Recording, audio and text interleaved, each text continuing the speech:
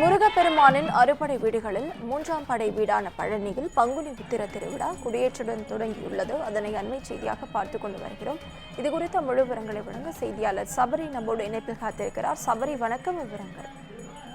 வணக்கம் நளினா. அறுபடை வீடுகளில் மூன்றாம் படை வீடான பழனி திருஆவலங்குடியில் பங்குனி உத்திர திருவிழா இன்று கொடியேற்றத்துடன் தொடங்கியது.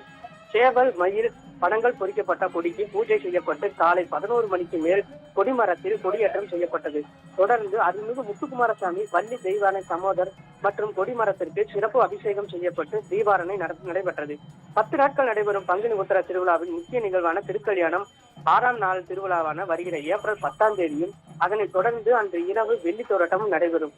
பங்குனி உத்திர திருவிழாவின் திருத்தோராட்டம் 7ஆம் நாள் திருவிழாவான வருகிற ஏப்ரல் 11ஆம் தேதி வெள்ளிக்கிழமை அன்று நடைபெறுகிறது. 14ஆம் தேதி என்று கொடியிறக்கத்துடன் பங்குனி உத்திர திருவிழா நிறைவடைகிறது. திருவிழாவை முன்னிட்டு ஈரோடு மாவட்டம் கொடுமுடி காவிரி ஆற்றில் இருந்து தீர்த்தம் எடுத்து பாத யாத்திரையாக வந்து பழனி ஆண்டவருக்கு அபிஷேகம் செய்து வழிபட்டு வருகின்றனர்.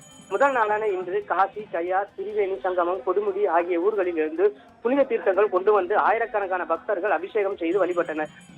திருவிழாவிற்கான ஏற்பாடுகளை பழனி கோவில் நிர்வாகம் மற்றும் மாவட்ட நிர்வாகம் செய்து வருகின்றது.